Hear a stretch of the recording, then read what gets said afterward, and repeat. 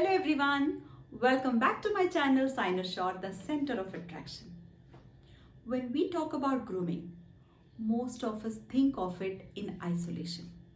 However, it is noteworthy that the first step towards grooming is your personal hygiene, and that grooming cannot be complete without maintaining your personal hygiene.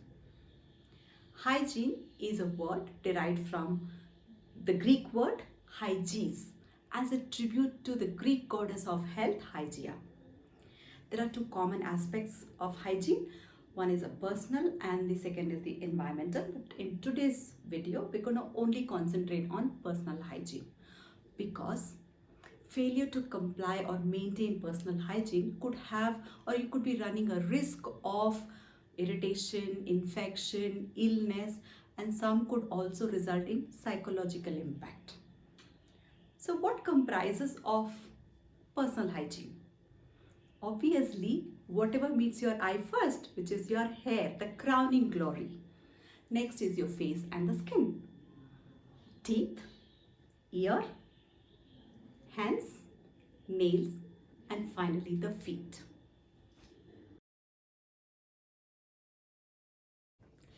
Let's begin with hair. Now, hair is made of dense protein. It is important because it brings the oil to the surface of the scalp. Not only that, it aids in controlling body temperature and keeps the body warm. Not only that, it also makes one look very beautiful. So what happens when you don't take care of your hair? It could easily result in dull hair, breakage of hair, split ends, not to mention hair loss, and finally the most common problem of dandruff. So what are our simple solutions? We don't have to look for something very jazzy.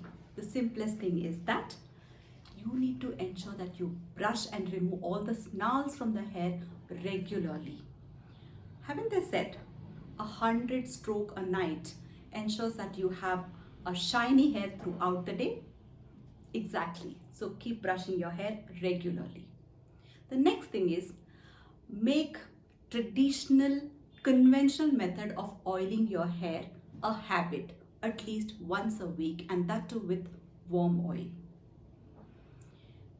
The next best thing is market is flooded with quite a lot of shampoo, but regular shampooing is a good habit, especially the one which you choose that suits your hair type. Having said that, another important thing is that we use quite a lot of styling products, and the residual of it, including oil, can become a cause for dandruff. So ensure that you remove it thoroughly. When I say that, when you're cleaning your scalp, make sure that you're not very harsh on your scalp. Like your toothbrush, please do not share your hairbrush or comb with anybody. Do not use anyone else's comb also. And finally, stay hydrated. Drink as much as water as possible because that's what aids in keeping your pH level of the scalp so that all of these problems that I spoke about can be completely avoided. Now let us talk about the largest organ in a human body. I'll pause for 2 seconds and let you guess. For all those who got it right, yes, it is the skin. Can you imagine a human body or a skeleton with all the necessary organs in it and nothing to protect it? Imagine each one would be walking around with their liver, spleen and heart exposed directly like that. So what does the skin do? It serves as a covering layer on all of these organs within the human body. So it has got 3 layers. One is a layer of fat, which obviously is required to cover all the organs that I spoke about. Then it is the dermis, and the final covering is the epidermis. So why is it so important to take care of this covering? Because it serves as a protection to all of the organs from internal and also from external dirt getting into it. Second, it aids in formation of vitamin D, very important. and helps in the most important thing, feeling, sensations, absorption of the environment around, and most importantly, excretion. It also helps in taking out all the unwanted toxins from our body through the glands on the skin. Because we're talking about grooming here, we will stick to only two aspects. Otherwise, skin being the largest organ in the body, there are multiple kinds of ailments it is associated with. Let's only talk about body odor first and acne. Let's talk about body odor. Now, this is a very sensitive topic, but one which we cannot ignore. Usually, sweat in itself does not have any smell, but when it comes in contact with the bacteria on the skin, it starts giving out a different kind of smell. How does one get an odor? All of us have an odor, some pleasant and some very nasty. Now, this happens due to various reasons, probably not following the right hygiene, but most also often it is due to the food habits that we take. Some of the high sulfuric items like the onion and garlic also can give out some kind of a body odor.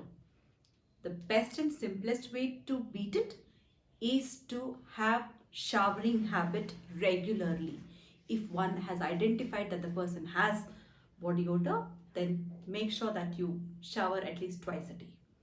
And the other best thing, use antiperspirant or deodorants, not liberally, that one cannot stay in the same room as yourself and suffocate. So something milder, but identify that is pleasant on your own self and others.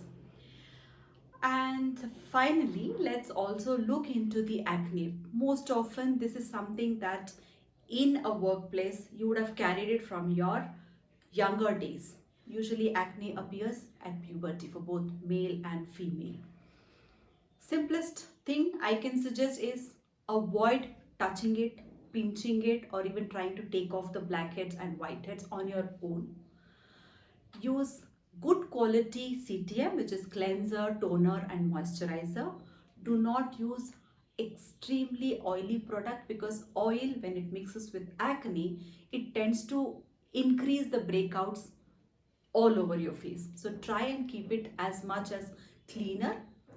Avoid hair getting in contact with those acnes on your skin, because that can have the tendency to irritate it further and result in more breakout, because it carries the bacteria from one of the breakout into another part of the skin. This is about something that I wanted to talk about acne in a very short video.